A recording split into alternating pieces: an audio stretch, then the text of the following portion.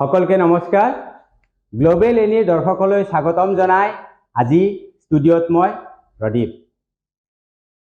আজি এই আলাপন অনুষ্ঠানত আলোচনা কৰিবলৈ লোৱা বিষয়টো হ'ল নাগাৰা নাম। আৰু এই নাগাৰা নামৰ বিষয়ে জানিবলৈ আজি আমাৰ মাজলৈ লৈ আহিছোঁ আমাৰ সকলোৰে শ্ৰদ্ধাৰ মৰমৰ পাঠক সন্মানীয় দ্বিজেন্দ্ৰ মোহন পাঠকদেৱ। এয়া দ্বিজেন্দ্ৰ মোহন পাঠকদেৱ। আজি আমি এখেতৰ পৰা জানিম নাগাৰা নামৰ অতীত, বৰ্তমান আৰু ভৱিষ্যতৰ কিছু কথা। দাদা, বাকী আপোনাৰ স্বাস্থ্য ভালে আছে? ভালে আছে, ভালে। আচ্ছা, ভগৱানে আপোনাৰ স্বাস্থ্য ভালে ৰাখক। এতিয়া বাৰু আপুনি পোনপ্ৰথমতে বাৰু কওকচোন যে আপুনি যি নাগাৰা নাম গাবলৈ আৰম্ভ কৰিলে, কেনেকৈ বাৰু আপুনি পোনপ্ৰথমতে আৰম্ভ কৰিলে? মোৰ নাম দ্বিজেন্দ্ৰ মোহন পাঠক।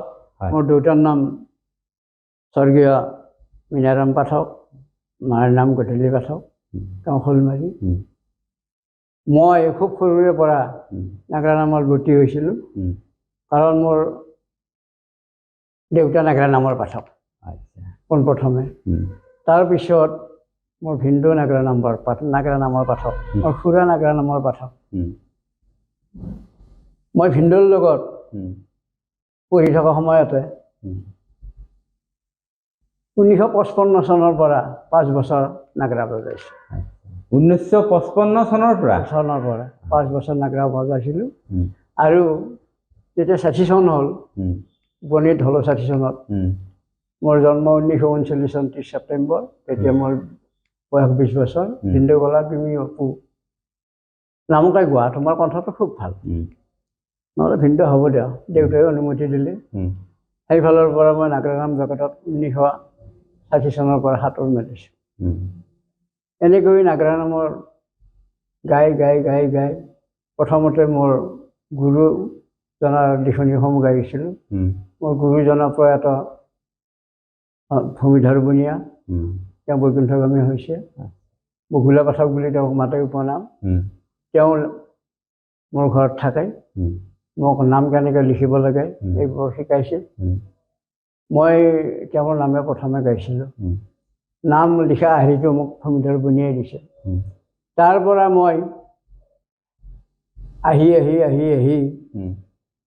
আজি কিমান চনত 2025 চনত উপনীত হ'ল। চৰকাৰে মোক শিল্পী পেঞ্চন দিছে। এতিয়া 7 বছৰ হ'ল শিল্পী পেঞ্চন মই পাইছোঁ চৰকাৰৰ পৰা। সেইফালৰ পৰা মই অত্যন্ত সুখী, কাৰণ মই যিবিলাক কৰিছোঁ, অসংখ্য নাম লিখিছোঁ, প্ৰায় 70-80টামান নাম লিখিলোঁ, 100টামান প্ৰশিক্ষণ দিছোঁ। দি আহি এতিয়া মোৰ আৰু বল বুদ্ধি নোহোৱা হ'ল, কমি আহিল। মই ল'ৰাক দায়িত্ব ভাৰ দিলোঁ, সুৰেন্দ্ৰ মোহন পাঠকক, তেওঁ নাগাৰা নামৰ পাঠক। মই এতিয়া ঘৰতে থাকোঁ, নাম লিখোঁ, এনেকৈ আছোঁ। আৰু আজি মই ষ্টুডিঅ'ৰ মজিয়াত উপস্থিত হৈ খুব আনন্দিত হৈছোঁ। আৰু মোৰ দলে ভজন বুলিয়ে ক'ব বিচাৰোঁ। মই গোটেই নাজানো, কিঞ্চিত অকণমান কিঞ্চিত মান কিবা নামৰ বিষয়ে বুজিবলৈ চেষ্টা কৰিছোঁ, কাৰণ নামৰ মহিমা অপাৰ। নাম শব্দৰ অৰ্থ নামা, শিৰ নত কৰা, শিৰদৰে প্ৰণাম জনোৱা, শৰণ লোৱা, আশ্ৰয় লোৱা। দন্তীয়া নদ আকাৰ হ'ল নাশ কৰা, মটো হ'ল মদ গৰ্ব অহংকাৰ। নাম ল'লে শৰীৰৰ পৰা মদ গৰ্ব অহংকাৰ দূৰীকৰণ হয়। সাংস্কৃতিকভাৱে সমৃদ্ধ মানৱৰ মুখ্যকামী তথা ভাগৱত প্ৰাপ্তিৰ উচ্চস্তৰীয় সাধাৰণ সম্পদ হৈছে হৰিৰ নাম। নামৰ মহিমা ব্ৰহ্মাই 4 মুখে কৈ পাৰ পোৱা নাই। নামৰ মহিমা সদাশিৱে পঞ্চমুখে কৈ পাৰ পোৱা নাই। নামৰ মহিমা অনন্ত সহস্ৰমুখে কৈ পাৰ পোৱা নাই। নামৰ মহিমা নাৰদে দিন ৰাতি বিনা বজাই হৰিৰ নাম গায়ো নামৰ মহিমাৰ কথা কৈ পাৰ পোৱা নাই। আৰু মইনো নামৰ বিষয়ে কি ক'ম, তথাপিতো ক'বলৈ চেষ্টা কৰিছোঁ।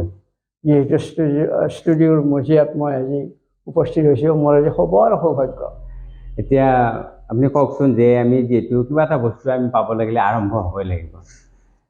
ঠিক আমাৰ নাগাৰা নামটো কেতিয়াৰ পৰা কি কাৰণত আমাৰ সমাজত আৰম্ভ কৰিলে, গুৰুজনাই কাৰ জৰিয়তে আৰম্ভ কৰিলে, অকণমান যদি আমাৰ দৰ্শকে জানে।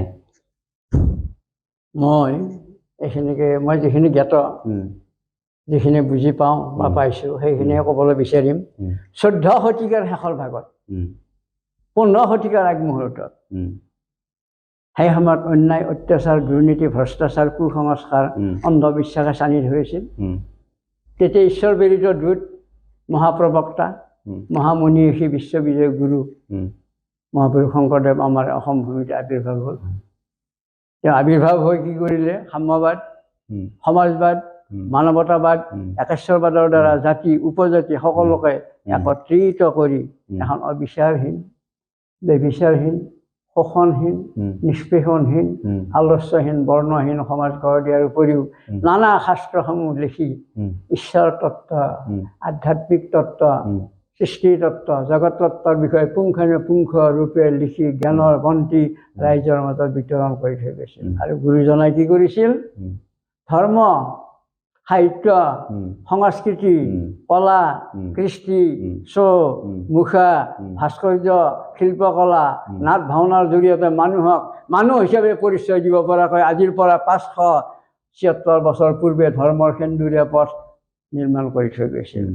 গুৰুজনাই যি সাংস্কৃতিৰ বীজ ৰোপণ কৰি থৈ গৈছিল তাৰ পৰা নানা সংস্কৃতিৰ উদ্ভৱ হ'ল। যেনে গুৰুজনাৰ সৃষ্টি কিন্তু প্ৰসংগীয়া নাম থিয় নাম নাগাৰা নাম দিহা নাম এক নাম বীৰ নাম সবহুৱা নাম নিশি নাম ভৰতাল নৃত্যৰ নাম সঞ্জৰী নাম হলি নাম ৰঙিলী নাম সেও চাপৰি নাম জোনা নাম আই নাম আয়তী নাম জৰা নাম বিয়া নাম প্ৰভৃতি। কিন্তু তাৰ ভিতৰত অন্যতম এতিয়া বৰ্তমান দিহা নাম আৰু নাগাৰা নামে আমাৰ নামনি অসম তথা অসমত মানে প্ৰাধান্য বিস্তাৰ কৰি আছে। নাগাৰা নাম হ'ল ধৰ্মীয় লোক সংস্কৃতি পৰিবেশ্য কলা। নাগাৰা নাম লোক পৰিবেশ্য কলা। এই কলাৰ উৎপত্তি ক'ত হৈছিল মই সেইখিনি ক'ব কৈছোঁ। উৎপত্তি হৈছে কীৰ্তন আৰু ঘোষা পুথিৰ মাজত নাগাৰা নামৰ ধুনৰ সৃষ্টি। পোনপ্ৰথমে গুৰুজনাই যি গোটেইখিনি শাস্ত্ৰ মঠি গোৱাৰ কাৰণে এখন পুথি নিৰ্মাণ কৰি থৈ গৈছিল। সেইখন পুথিৰ নাম হ'ল কীৰ্তন পুথি। কীৰ্তন মানে গোৱা আৰু শ্ৰৱণ মানে হ'ল শুনা। গোৱাৰ কাৰণে আমাক কীৰ্তন পুথিখন দি গৈছে আৰু মাধৱ গুৰুৱে আমাক ঘোষা পুথিখন দি গৈছে গোৱাৰ কাৰণে। তাতে নাগাৰা নামৰ ধুনৰ যি উৎপত্তি হৈছিল। যেতিয়া এইখিনিতে ক'ব লাগিব ক'ত উৎপত্তি হ'ল নাগাৰা নামৰ? ক'ত উৎপত্তি হ'ল? কিয় উৎপত্তি হ'ল? নাগাৰা নাম অৰ্ধনাটকীয় ধৰ্মীয় পৰিবেশ্য কলা। এইটো সকলোৱে জ্ঞাত সকলোৱে জানে। দৰং জিলাৰ খটৰা সত্ৰৰ স্থাপন কৰে গোবিন্দ আটাই। তেওঁক লেচাগুণীয়া আটা আমাৰ তাৰ গোবিন্দ আটা বুলি কামৰূপৰ লেচাগুণীয়া আটা। তেওঁ মাধৱ গুৰুৰ নিৰ্দেশ মতে তাতে সত্ৰ স্থাপন কৰে। তেওঁৰ সৌহাত স্বৰূপ কৃষ্ণ ডেকা দুয়োটা মিলি নাগাৰা নামৰ পাতনি মেলে সূচনা কৰে, যি ইয়াৰ ধৰ্মৰ তাত্ত্বিক দিশ আধ্যাত্মিক দিশ এই মানে জড়িত এটা পৰিবেশ্য কলাৰ উৎপত্তি তাতে হৈছিল দৰং জিলাত 17 শতিকাৰ প্ৰথম দশকৰ ভাগমানতে। থিৰাং কিন্তু কোনো কৰিব নোৱাৰে কেতিয়া হৈছিল। আৰু যিবিলাক আমাৰ সত্ৰ আছে সত্ৰসমূহতো নাগাৰা নামৰ বিষয় পুংখানুপুংখ হিচাপে কোনো উল্লেখ নাই, লিখিত ৰূপত একো পোৱা নাযায়। তৎসত্ত্বেও আমি কিঞ্চিত কৰবাত পাইছোঁ লিখনি, সৰু সুৰা লিখনি। তাৰ পৰা জানিব পাৰিছোঁ যে নাগাৰা নাম সত্ৰতে উৎপত্তি হৈছিল। শংকৰী তাৰপিছত কেনেকৈ উৎপত্তি হৈছিল? দেৱবাদ্য দুন্দুভি আকাৰত গুৰুজনে দবাৰ সৃষ্টি কৰে। দবা সত্ৰবিলাকত সেই দবাক আহৰি কৰি দেখা পায়, দবাক অনুসৰণ কৰি নাগাৰা তৈয়াৰ কৰা হৈছিল। নকৈ গঢ় দি নাগাৰা উলিওৱা হৈছিল। এই নাগাৰা প্ৰথমতে গাছৰ টুকুৰাৰ নাগাৰা, বৰ প্ৰকাণ্ড গাছ কাটি সেই গাছৰ টুকুৰা বটলেৰে খুলি মুখত চামৰা সংযোজন কৰি পোনপ্ৰথমে গছৰ টুকুৰাৰ নাগাৰা, গছৰ খোলাৰ নাগাৰা। তাৰপিছত আহিল তক্তা চিলাই নাগাৰা। আমি যেনেকৈ কলা বিলাক তৈয়াৰ কৰোঁ, মাছ ধৰা পলা, জুলুকি। ঠিক তেনেকৈ এটা ডাঙৰ সৰু এই কোধৰি বুলি কয় আমাৰ ঘৰচীয়া ভাষাত, তলে ওপৰে দি কি কৰে সুন্দৰভাৱে প্ৰলেপ দি ওপৰত আৰু চামৰা সংযোজন কৰি এনেকৈ 2 নম্বৰ নাগাৰাটো টক্টা চিলাই নাগাৰা। 3 নম্বৰ নাগাৰা হ'ল মাটিৰ খোলাৰ নাগাৰা আৰু 4 নম্বৰ নাগাৰা পিতলৰ নাগাৰা। এই 4 প্ৰকাৰ নাগাৰাৰ ধৰণত এতিয়াও কৰবাত আমি পাওঁ বা আছে। এইটো বিলীন হৈ যোৱা নাই, কিন্তু এতিয়া মাটিৰ খোলাৰ নাগাৰাটোৱে সৰ্বজন বিদিত হৈছে নামনি অসমত। উজনি অসমতো সেই মাটিৰ খোলাৰ নাগাৰাই মানে হৈছে। এনেকৈ শংকৰী সংস্কৃতিৰ ভোট দেশৰ পৰা ভুটীয়া তাল আনি ব্যৱহাৰ কৰা হৈছে। ভুটীয়া তাল। সেই ভুটীয়া তালৰ আৰ্হিত অসমত ভোৰতাল বনোৱা হয়। ভোৰতাল বৰ ডাঙৰ ডাঙৰ তাল, সেই ভোৰতাল। ভোৰতাল, ৰামতাল, পাতিতাল, খুটিতাল, সেইবিলাক তাল বজোৱা নামত সংযোজন কৰা হৈছে। মই যিবিলাক নামৰ কথা ক'লোঁ, এই নামত মানে তাল বিলাক বজোৱা হয় যে। তেনেকৈ নাগাৰা নাম সমাজত প্ৰচলিত হৈছিল। ধৰ্মৰ ধাৰণাৰে ধৰি ৰখা হয়, ধৰ্মৰ মানে বৰ্তোৱাৰ কাৰণে, প্ৰচাৰ কৰাৰ কাৰণে ই এটা মাধ্যম। এতিয়া আপুনি এইটো ধাৰণাৰে যি ধৰি ৰখা হয়, সেই ধৰ্ম আচাৰ বিচাৰ সদাচাৰ ভাৱ চিন্তা নিষ্ঠা সততা নৈতিকতা সৌজন্যতা সাম্য মৈত্ৰী প্ৰেম প্ৰীতিৰে ধৰি ৰখাই হৈছে ধৰ্ম। এই নাম ধৰ্ম এই বহুত সপ্তদশ শতিকাৰ প্ৰথম দশকৰ ভাগতে এনেকৈ আৰম্ভণি হয়। প্ৰথম কিন্তু দৰঙীয়া নাম 1984 চনত সমূহ পাঠকবিলাকে লগ লাগি এটা নামাকৰণ কৰে। সদৌ অসম নাগাৰা নাম সংঘৰ গঠন হয়। তাতে 1984 চনত নাগাৰা নামাকৰণ নতুন নাম হয়। আগে দৰঙীয়া নাম আছিল, সেই দৰঙীয়াটো গুচি নাগাৰা নাম হ'ল। এতিয়াতো আপুনিতো ক'লে যে এইটো এটা কলা, সেই কলাটোত আমাৰ যি নৱৰস সৃষ্টি কৰি অভিনয় হওক নৃত্য হওক গোটেই লগ লাগি আমাৰ এটা নাম পৰিৱেশন কৰা হয়। এই নাম পৰিৱেশন কৰাটো বাৰু সহজ বুলিয়ে ক'লোঁ, কিন্তু লিখাটো বহুত জটিল। তেনেস্থলত আপুনিতো বহুত নাম লিখিছে, এতিয়ালৈকে আপুনি কিমানটামান নাম লিখিছে? মোৰ 70ৰো অধিক হ'ব। মোৰ 70টামান কাহিনী মই লিখিছোঁ। 4খন কিতাপ ছপা আকাৰত ওলাইছে, কিন্তু মোৰ অৰ্থ অনাটন হেতুকেই মই বাকীবোৰ নাম ছপা কৰা নহ'ল। কিন্তু মই প্ৰায় পাঠকবিলাকে মোৰ নাম গায়, এনেকৈ গায়। তাৰপিছত আৰু ৰসৰ সৃষ্টিটো নৱৰসৰ সৃষ্টি কৰিব লাগে, কিন্তু ভক্তি ৰসটো প্ৰাধান্য বেছি দিব লাগে। যেনে শৃংগাৰ হাস্য কৰুণ বীৰ বিভৎস ৰুদ্ৰ ভয়ানক অদ্ভুত শান্ত। এই নৱৰসৰ ভিতৰত গুৰুজনে আৰু এটা ৰস সৃষ্টি কৰিছিল, সেইটো হ'ল নামৰ প্ৰেম অমৃত ৰস অমীয়া ৰস। আমি গাইছিলোঁ এটা সময়ত, কি গাইছিলোঁ? মোৰ পিতৃ গাইছিল, প্ৰয়াত পিতৃ প্ৰয়াত খুৰা আৰু আগৰ সেই যিবিলাক বৈকুণ্ঠগামী হ'ল পাঠকবিলাক, তেওঁলোকে গাইছিল। আজিকালি পাঠকে কিন্তু এই সুৰ নাগায়। এইটো আচল মানে ঘোষাৰ নামৰ নাগাৰা নামৰ সুৰ কি? পিয়া পিয়া পিয়া অমিয়া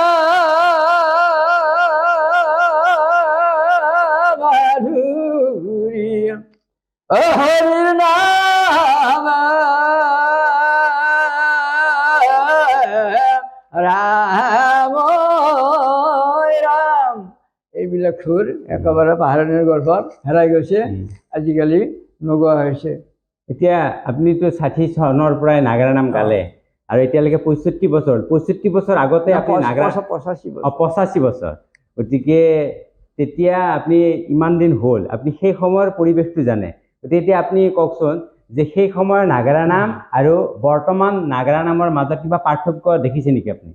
পাৰ্থক্য বহুত আছে। মই পাৰ্থক্যখিনি ক'ম, তাৰ আগতে মই অকণমান ৰৈ অহা কথা সেইখিনি কৈ লওক। দৰঙতে নামৰ উৎপত্তি হোৱা বুলি আমি পাইছোঁ। তাৰপিছত দৰঙতে এজন মহান শিল্পী, তেওঁৰ নাম হ'ল প্ৰয়াত নৰেশ্বৰ শৰ্মা বৰুৱা। তেওঁ 3খন নাগাৰা নামৰ পুথি পোনপ্ৰথমে ছপা কৰিছিল, ব্ৰজলীলা, বস্ত্ৰলীলা আৰু হৰগৌৰী লীলা। এনেকৈ নাম চলি আহি আছে মোৰ ঘৰৰ কাষৰ পাঠক ফণী শৰ্মা, তাৰপৰা হৰিশ্চন্দ্ৰ গোস্বামী কোচলাগড়ৰ, পিঙিচাৰৰ ফণী শৰ্মা, বাৰেতলাৰ এজন বৰ বিখ্যাত পাঠক আছিল, তেওঁৰ নামটো মই হঠাতে পাহৰি গ'লোঁ। এইবিলাক পাঠকে সুন্দৰভাৱে শাৰীৰ নাম ক্ৰমান্বয়ে ধৰি ধৰি গাই গাই মানুহক মোহিত কৰিছিল। তাৰপিছত এই পৌৰাণিক যি নাগাৰা নাম আধুনিক দিশলৈ লৈ আহে এজন মহান শিল্পীয়ে, পাঠকে, সেইজন হ'ল মোৰ গুৰু প্ৰয়াত ভূমিধৰ বনিয়া বগুলা পাঠক।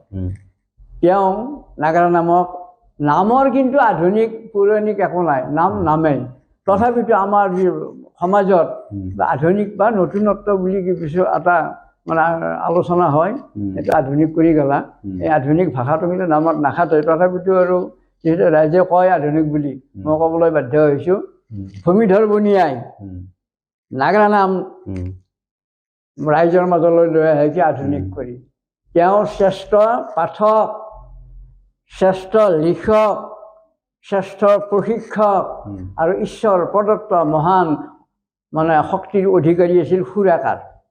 কোন? ভূমিধৰ বনিয়া। তেওঁ যিবিলাক সুৰ সৃষ্টি কৰিছিল, প্ৰায় 400-500 সুৰ সৃষ্টি কৰিছিল। আজি এই বৰ্তমান বহুত লিখক হ'ল, বহুত পাঠক হ'ল, কিন্তু সুৰাকাৰ এজনো নাই। হে প্ৰভুসকল, মই নমস্কাৰ কৰি কৈছোঁ, আপোনালোকে চেষ্টা কৰক। কাৰণ ভূমিধৰ বনিয়া যি কৰিছিল সেইখিনি সমল লৈ আপোনালোকে সুৰৰ সৃষ্টি কৰিবলৈ বিচাৰক। আধুনিক কৰিব লাগিব, নতুনত্ব বিচাৰে। সাংস্কৃতিক হ'ল প্ৰবহমান, বোৱতী খুঁটিৰ দৰে চিৰ প্ৰবহমান। এই গতি স্থবিৰ হৈ নাথাকে, সদায় গতি কৰি থাকে। নতুনত্ব বিচাৰে। তৎসত্ত্বেও পৌৰাণিকক আমি বাদ দিব নোৱাৰোঁ। পৌৰাণিক আৰু আমাৰ নিজস্ব কি, এইটো আমি বিচাৰিব লাগিব। মই বৰ দুখ পাইছোঁ, কিছুমান পাঠকে সুৰবিলাক ধাৰ কৰি আজি নাগাৰা নামত সংযোজন কৰে। কিন্তু কোনো সংস্কৃতিয়ে, যেনে ওজাপালি, লোকগীত, বিয়াৰ গীত, তাৰপিছত এনেধৰণৰ যিবিলাক মানে সংস্কৃতি আছে, কোনোৱে কিন্তু নাগাৰা নামৰ পৰা সুৰ ধাৰ কৰি নিয়া নাই। কিন্তু নাগাৰা নামৰ পাঠকবিলাকে কি কৰিছে, এই প্ৰত্যেক মানে সংস্কৃতিৰ পৰা সুৰবিলাক ধাৰ কৰি আনি নাগাৰা নামত সংযোজন কৰিছে। কৰাৰ ফলত কি হৈছে, নাগাৰা নাম নহয়, নাগাৰা গান হৈছে। বহুত পাঠকে এতিয়া নাগাৰা গানহে গায়, নাগাৰা নামৰ সুৰ কি ক'বই নোৱাৰে। আৰু তাৰ ফলত কি হয়, কিছুমান পাঠকে ভাল পাইছে, কিছুমানে বেয়া পাইছে। এইটো হ'ব নালাগে। কাৰণ নামত নৱৰসৰ সৃষ্টি কৰিব লাগে। শৃংগাৰ, হাস্য, কৰুণ, বীৰ, বিভৎস, ৰুদ্ৰ, ভয়ানক, অদ্ভুত, শান্ত আৰু গুৰুজনৰ সৃষ্টি যি নামৰ প্ৰেম, অমৃত ৰস, অমীয়া ৰস, এইটো মানে বাহল থাকিব লাগে। কিন্তু সেইটো নাই, কেৱল হাস্যৰসটোত প্ৰাধান্য দি পাঠকসকলে নাম গায়। আৰু এইটো কৰাৰ কাৰণ হৈছে নিজক মানে ৰাইজৰ মাজত ডাঙৰ কৰা। মই বোলে স্বৰ্গৰ ৰজা, মই ডাঙৰ পাঠক, মই গোটেইখিনি জানো। এইটো কৰাৰ ফলত মানে নাগাৰা নাম হৰিৰ নামৰ পৰা ফালৰি কাটি যায়। কি হৈছে, এতিয়া নাগাৰা নাম বেপাৰী নাগাৰা নামৰ 2-4জন পাঠকে গায়। মই সমূহ পাঠককে কোৱা নাই, সমূহ পাঠকে নাগায়, কিন্তু কেইজনমান পাঠকে এইটো ব্যৱসায় কৰি লৈছে। ব্যৱসায় কৰাৰ আমাৰ উপায় বহুতো আছে, বিভিন্ন ব্যৱসায় কৰাৰ উপায় আছে, কিন্তু হৰিৰ নামকে ব্যৱসায় কৰি লোৱাটো এইটো গ্ৰহণযোগ্য মোৰ মতে এইটো হোৱা নাই। ঠিক আছে, আপোনাৰ লগতে আমাৰ সমাজৰ কাৰণে অন্তত আমি এই কথা ক'লোঁ যে অন্তত ধৰ্মক লৈ যাতে কোনো ব্যৱসায় নকৰে। এতিয়া কথা হ'ল যে আগতে যিটো নাগাৰা নাম আছিল, সেই নাগাৰা নামৰ যিটো সমাজত যিটো জনপ্ৰিয়তা আছিল, সেই জনপ্ৰিয়তা মাজতে কিছু কমি গৈছিল। আৰু আজি প্ৰায় 2-3 বছৰ মানৰ পৰা আমি দেখিছোঁ যে সমাজত ইয়াৰ জনপ্ৰিয়তা যথেষ্ট বাঢ়িছে। ইয়াৰ মূল কাৰণ কি, আমি আধুনিকতাৰ সুৰবোৰ গ্ৰহণ কৰাৰ বাবে হৈছে নে কিবা অন্য কাৰণ থকা বুলি আপুনি ভাবে? আধুনিক যিটো আমি কৰি আছোঁ, সেইটো কাৰণতো জনপ্ৰিয় হৈছে। কিন্তু জনপ্ৰিয় হ'লেও যিখিনি মানুহ জ্ঞানী গুণী মানুহসকলে যিটো তাত্ত্বিক দিশ আধ্যাত্মিক দিশ সেইটো যদি ফুটি নুঠে, কৃষ্ণৰ নামৰ মহিমাৰ যদি প্ৰকাশ নাপায়, সেইটো আমি মানে হেৰি বুলি শ্ৰেষ্ঠ বুলি ক'ব নোৱাৰোঁ। কাৰণ ঈশ্বৰৰ নাম, ভগৱন্ত পুৰুষৰ নাম, কৃষ্ণৰ নাম, কৃষ যুগ ন কৃষ্ণ, কৃষ শব্দৰ অৰ্থ হ'ল সত্তা, অস্তিত্ব, ন শব্দৰ অৰ্থ হ'ল নিবৃত্তি, পৰমানন্দ, দুয়োটা মিলি পৰম সত্তা হ'ল কৃষ্ণ। সত্তা আৰু অস্তিত্বৰ লগত পৰমানন্দ সংযোগ হৈ হ'ল যে সচিদানন্দ কৃষ্ণ। সৎ চিত আনন্দ কৃষ্ণই হ'ল পৰম ব্ৰহ্ম, প্ৰভু ভগৱন্ত। প্ৰভু ভগৱন্তৰ নাম লৈ পৃথিৱীবাসী আনন্দ পায়। পৃথিৱীত যি আনন্দ দিব পাৰে তেওঁ হ'ল কৃষ্ণ। যিসমূহ নাম গাই পাঠকসকলে কৃষ্ণৰ নাম উল্লেখ থাকিব লাগিব। যদি উল্লেখ থাকে সেইটো খাদ্য নাম হৈছে, তেনেকৈ আগবাঢ়ি যাওক, ৰাইজে আঁকোৱালি লওক। কিন্তু কৃষ্ণৰ নাম যি কাহিনীত নাই, ভগৱানৰ নাম সূৰ্য বীৰ্য ঐশ্বৰ্য গুঞ্জ মহিমা এইবিলাক যদি নাই, সেইটো নাম বুলি আমি ধৰিব নোৱাৰোঁ। বিশেষকৈ মই নোৱাৰোঁ, কাৰণ মই তাহানি যুগৰে পাঠক। আহি ইমানত উপনীত হ'লোঁ, বহু নাম লিখিলোঁ, কিন্তু লিখি পেলাই মই নামবিলাক দিওঁহে, সুৰবিলাক তেওঁবিলাকে কৰে, কৰি বিভৎস সুৰো কিছুমানে লগোৱাই, সেইটো আৰু নহয়। আৰু হিন্দী চিনেমাৰ সুৰ আহি নামত পৰিছে, তাৰপিছত লোকগীতৰ সুৰ, অসমীয়া চিনেমাৰ সুৰ, আধুনিক গীতৰ সুৰ, লোকগীতৰ সুৰ, চাহ বনোৱাৰ সুৰ, কেৱল এটাই সুৰ বাকী আছে, সেইটো হ'ল মুছলমান ভাইসকলৰ জিকিৰৰ সুৰটো। আৰু বড়ো ভাইসকলৰ হালা হাবাৰ বালা জন্ঠাইছি গণদা লাভেৰ গামিনী গদচয়াদা লাংগন, এইবিলাক সুৰ, এই দুটা সুৰে বাকী। মই হাস্য এইখিনি ক'লোঁ বাৰু। বাকী আৰু গোটেই সুৰ হেৰি কৰিছে, নাগাৰা নামত সোমাইছে। আগেয়ে আছিল নাম ধৰা গোৱা আমাৰ দিনত, এতিয়া আছে নাম খেদা। অ বাপু ক'ৰ পৰা আহিলা? অ খুৰা নাম খেদিব গৈছিলোঁ। নাম খেদা হৈছে, নাম ধৰা আৰু গোৱাটো নহয়, নাম এতিয়া খেদাটো হৈছে। এক শ্ৰেণীৰ পাঠকে হৰিৰ নাম ৰভাৰ তলৰ পৰা খেদি পেলায়। খেদি পেলোৱাৰ উদ্দেশ্য হ'ল কি, সকলো পাঠকে নহয় কিন্তু ২-৪জন পাঠকে মোৰ লক্ষ্যত পৰিছে আৰু মোক কয় আহে, দাদা খুৰা এনে তেনে হ'ল, মদ খাই ৰাগিয়াল বস্তু, মদ বুলি নকওঁ, ৰাগিয়াল বস্তু সেৱন কৰিও নাম গায়, এইটো কৰিব নাপায়। ধৰ্ম ধাৰণাৰে যি ধৰি ৰখা হৈছে, মই আগতে কৈছোঁ ধৰ্ম, এই ধৰ্ম যাতে বৰ্তাই ৰাখিব পাৰি সেইটো কৰিব লাগে। নাগাৰা নাম, হৰিৰ নাম ধৰ্মৰ মূল পৰমাৰ্থ তত্ত্ব নাগাৰা নামৰ মাধ্যমেৰে ঐক্যবদ্ধভাৱে প্ৰচাৰ কৰি মানৱ জাতিৰ সামাজিক আধ্যাত্মিক উৎকৰ্ষ সাধন কৰা হৈছে নাগাৰা নামৰ লক্ষ্য, নাগাৰা নামৰ উদ্দেশ্য। তাতে এক অপভ্ৰংশ কৰাটো মই ভাল দিশত দেখা নাই। আৰু বহুত এতিয়া মহিলা নাম ওলছি না, সেই কথাটো মই ক'ব খুজিছোঁ। আপুনিতো ক'লে যে এইটো ধৰ্ম, আমি ধৰ্মৰ কাৰণে আমি নাম প্ৰদৰ্শন কৰি আছোঁ। এতিয়া প্ৰথম কথা হ'ল কি, আমি এতিয়া মহিলা নামৰ প্ৰসংগলৈ আপুনি কোৱাৰ লগে লগে কথা এটা কৈছোঁ যে আপুনিতো আজি বহু বছৰ আগতে নাগাৰা নাম আৰম্ভ, সেই সময়ততো বোধহয় মহিলা নামৰ নাই। ঠিক আছে। আৰু মাজতে মই এটা কথা, আমাৰ নাম ধৰ্মটো আমি বৰপেটা সত্ৰৰ লগত ৰিলেটেড বস্তু বুলি আমি কওঁ, হয় কি নহয়?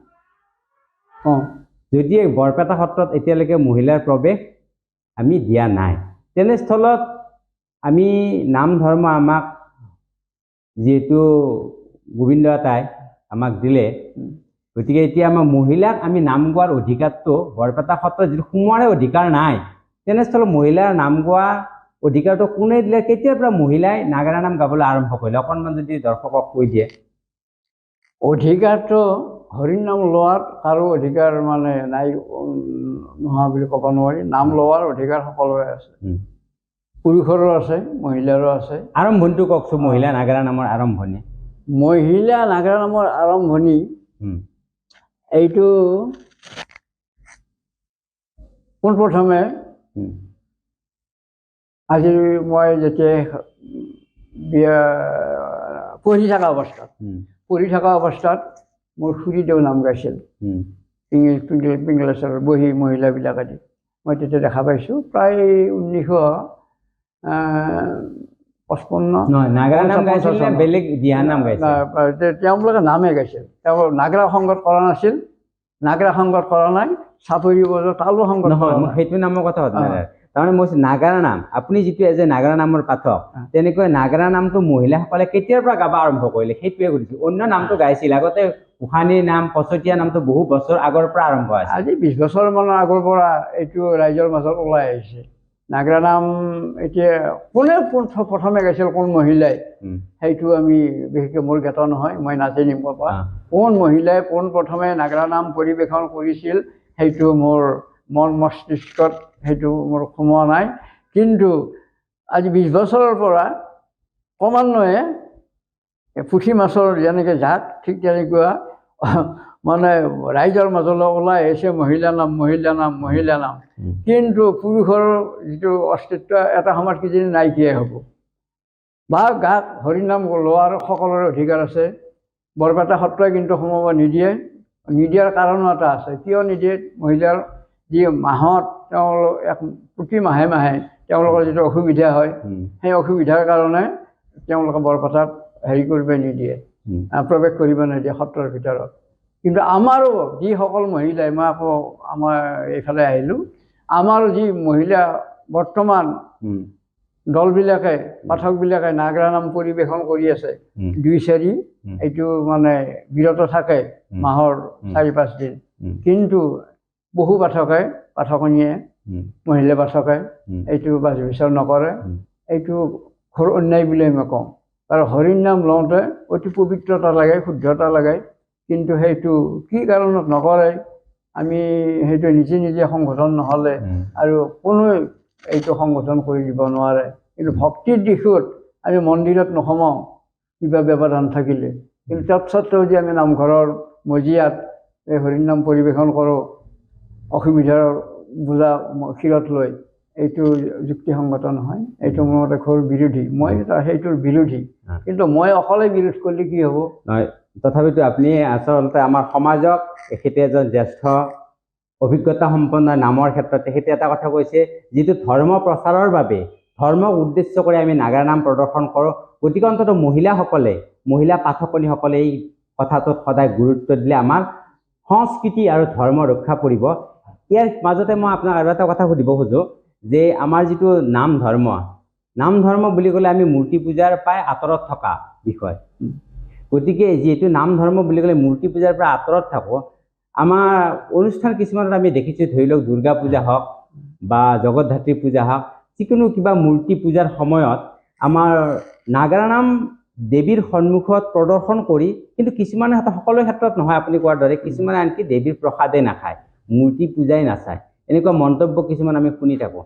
তেনেস্থলত দেৱীৰ সন্মুখত নাগৰা নাম প্ৰদৰ্শন কৰি প্ৰকৃততে দেৱীক সন্মান কৰাটো বুজাবনে অসন্মান কৰাটো বুজাব? তেলাই পানী খানাৰ নিচিনা হয়। পূজা আৰু নাম দুটা ভাগ। সত্যত ধ্যান, এটাত যজ্ঞ, দাপৰত পূজা, কলিত হৰি কীৰ্তন। আৰু গুৰুজনে কি ধুনীয়াকৈ লিখিছে, আমি গুৰুজনৰ যদি ঘোষাখিনি পঢ়ি চাওঁ, কলিত হৰিৰ কীৰ্তন বিনায়ে আনমতে চাৱে গতি, যেন কুলবধূ নিজৰ স্বামীতে দিম ভজে গয়া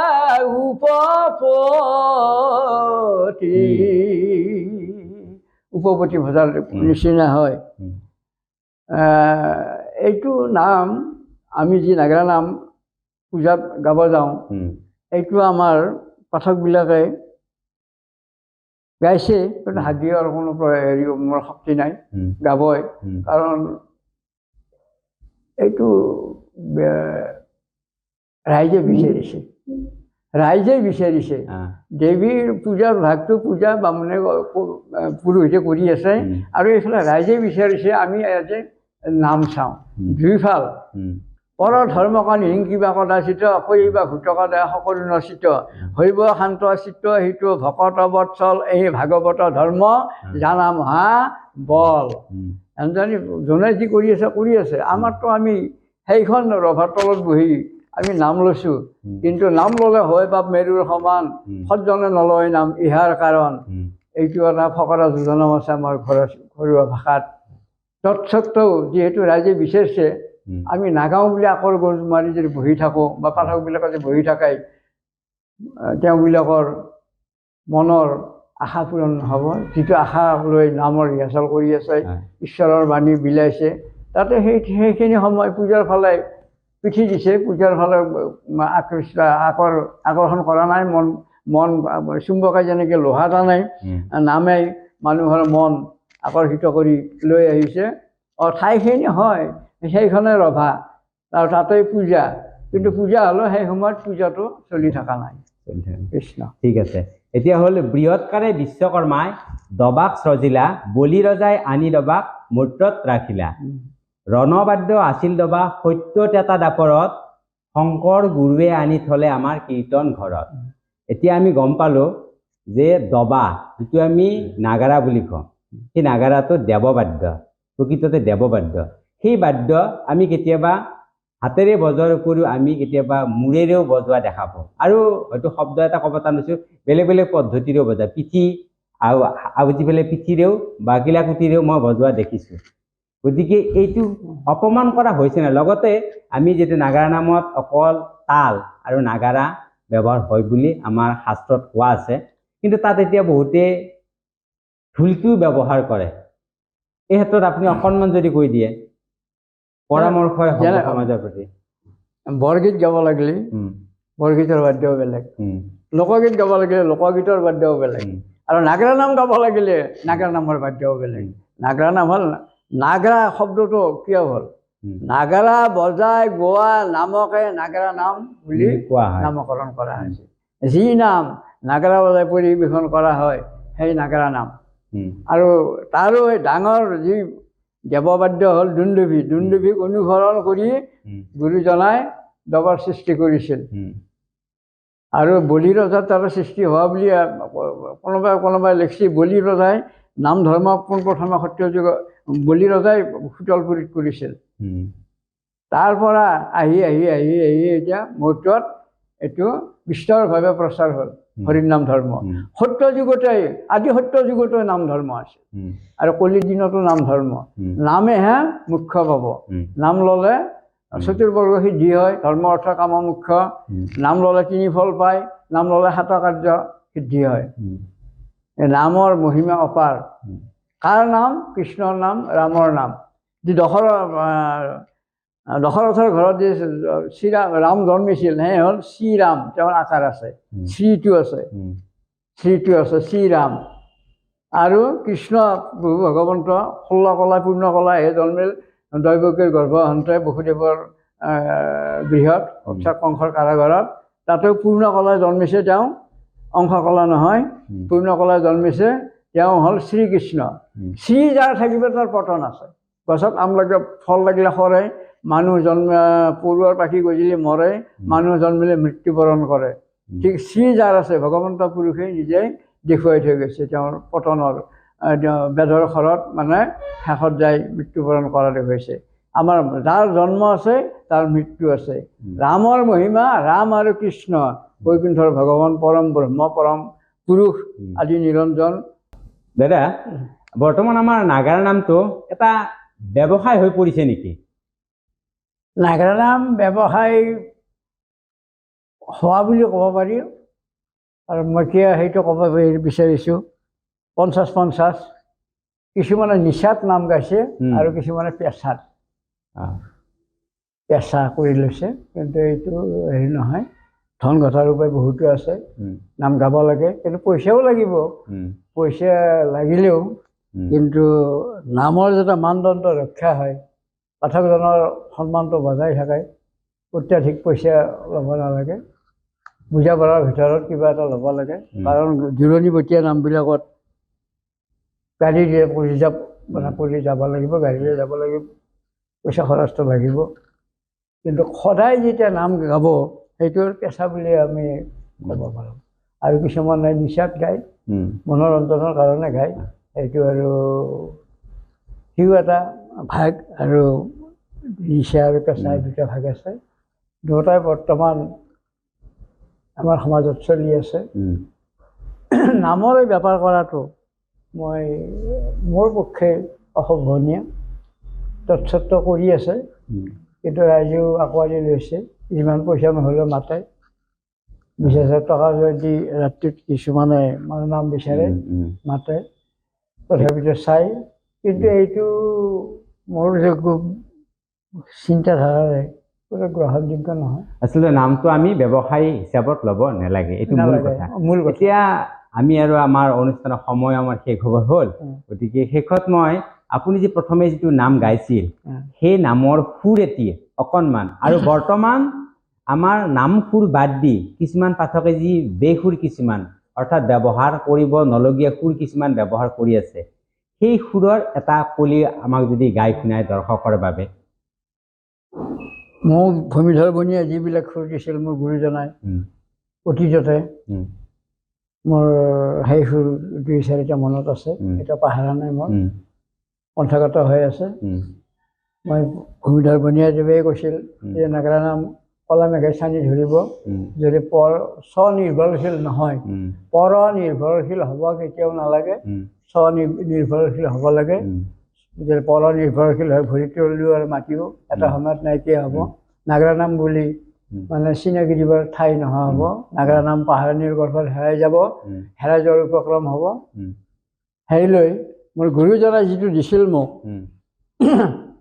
গুৰুজনাই দিয়াও গাম মই, আৰু মোৰ দেউতা, মোৰ পিতৃয়ে গোৱা এটি চেওচাপাৰী নামৰ সুৰ মই প্ৰথমে গাম, মাত্ৰ 3টাই সুৰে গাম মই।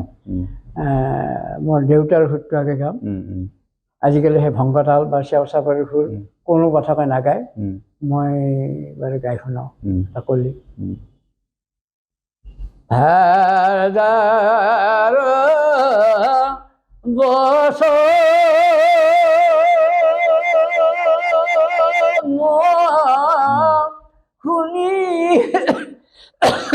শুনি ব্ৰাহ্মণ এদিহে হৰি লন্তা মতি কৃষ্ণ দৰ্শন মোৰ মহালাভ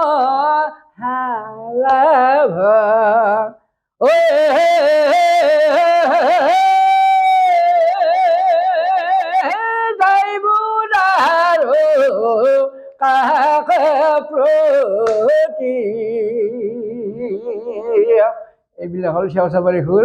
আজিকালি পাঠকে নোৱাৰে, নাগায়, আৰু নাগৰিকবিলাকে নাগৰা বজাব নোৱাৰে।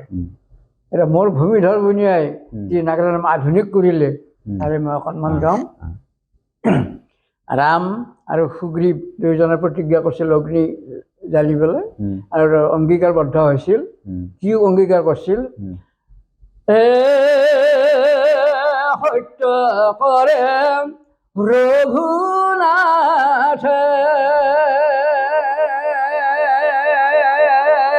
অমিতা নকৰা সংশয়, একপাত হৰে বালিক বুধিব নিশ্চয়, সত্য কৰে ৰঘুনাথে। শ্ৰীৰামে বুলন্ত মই কৰো অংগীকাৰ, বালিক বুঝি তোমাক দিম ৰাজ্য ভাৰ। সুগ্ৰীৱে বুলন্ত মই কৰো অংগীকাৰ, সীতাক উদ্ধাৰি তোমাৰ খুজিব ধাৰ, সত্য কৰে ৰঘুনাথে। এইবিলাক নাম সুৰ, এই গান সুৰ নহয়, এনেকুৱা সুৰবিলাক। আৰু আজিকালি কিটো হৈছে, নাগাৰা নামত কাৱলী সুৰো দিছে। বহুত পাঠকে গোৱা শুনিছোঁ, গণ্য মান্য পাঠকবিলাকো গায়। ঋষ্য সিংহক মধ্যে লৈ নাচে নাৰীগণ, নাচে নাৰীগণ, নানান কৌতূহলে মুনিৰ ভুলাইলা মন, ভুলাইলা মন। এইবিলাক কাৱালীৰ সুৰ, এই এনেকৈ বিভিন্ন সুৰবিলাক আনি নাগাৰা নামত সংযোজন কৰিছে। এইটো নহয়, সুন্দৰভাৱে নাগাৰা নাম পৰিৱেশন কৰিব লাগে, ধৰ্মৰ বাণী বিয়পাই দিব লাগে। প্ৰেম যি গুৰুজনাই যি হৰিনামৰ বৈকুণ্ঠ প্ৰকাশে বহে প্ৰেম অমৃতৰ নদী শ্ৰীমন্ত শংকৰে পাৰ ভাঙি দিলে বহে ব্ৰহ্মাণ্ডক ভেদি। এই সকলো ৰাইজৰ মাজত এই অসমৰ ভূমিত নাগাৰা নাম প্ৰচাৰ হওক, মই এইটো কামনা কৰিছোঁ। অমৃত ৰস বিয়পাই দিয়ক, নামৰ অমীয় ৰস বিয়পাই দিয়ক। তেতিয়াহ'লে কি হ'ব, আমাৰ ভাই ভাই মিলা প্ৰীতি, পিতা পুত্ৰৰ মিলা প্ৰীতি, শাহু বোৱাৰীৰ মিলা প্ৰীতি আৰু সমাজ উন্নত হ'ব। নামৰ ভাল কাহিনীবিলাক যে কৃষ্ণৰ নাম নহয়, ভগৱন্ত পুৰুষৰ নাম নোহোৱা কাহিনী গাব নালাগে। ভগৱন্তৰ গুণ চৰিত্ৰ গাই মানুহক ধৰ্মৰ বাণী বিয়পাই দিয়াটো মই কামনা কৰিছোঁ। আচ্ছা, আমি আজি অনুষ্ঠান সামৰিম। এই মুহূৰ্তত আমি ক'ব খোজা কথাটো হ'ল যে আমাৰ অসমীয়া জাতিৰ চিনাকি আমাক শংকৰদেৱে বিভিন্ন ক্ষেত্ৰত দি গৈছে। ঠিক তেনেদৰে আমাৰ অসমীয়া জাতিৰ চিনাকি হ'ল আমাৰ নাগাৰা নাম, এটা আমাৰ পৰিবেশ্য কলা। এই নাগাৰা নাম যদি আমি যদি সঠিক ৰূপত যদি আমি আমাৰ সমাজত যদি ৰাখিব নোৱাৰোঁ, তেতিয়াহ'লে এটা সময়ত আমাক নতুন প্ৰজন্মই, ভৱিষ্যত প্ৰজন্মই আমাক আজিৰ যিসকলে আমি নাগাৰা নাম চাইছোঁ বা লিখিছোঁ বা গাইছোঁ, তেওঁলোকক নিশ্চয় সুধিব, আমাৰ সম্পদ এটা আপোনালোকে নিৰ্দিষ্ট সময়ত কিয় ৰক্ষণাবেক্ষণ নকৰিলে, কিয় হেৰাই যাব দিলে?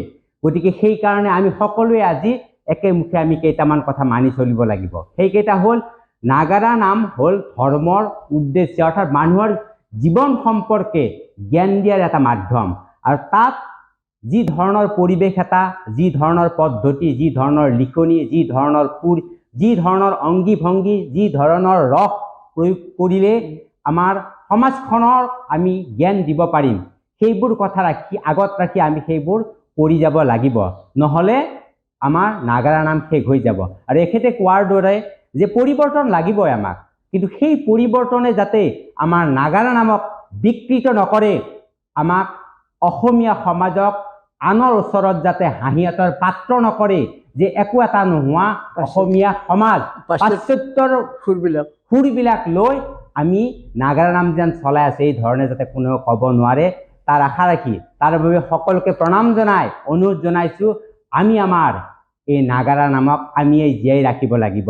আৰু তাৰ বাবে আমি সকলোৱে প্ৰতিবাদ কৰিবৰ সময়ত প্ৰতিবাদ কৰিব লাগিব, আৰু যদি সহযোগ কৰিব লাগে তেতিয়া আমি সহযোগ কৰিব লাগিব। আজিলৈ এৰিলোঁ, পুনৰ আপোনালোকক আমি লগ পাম। সকলোকে এতিয়া নমস্কাৰ।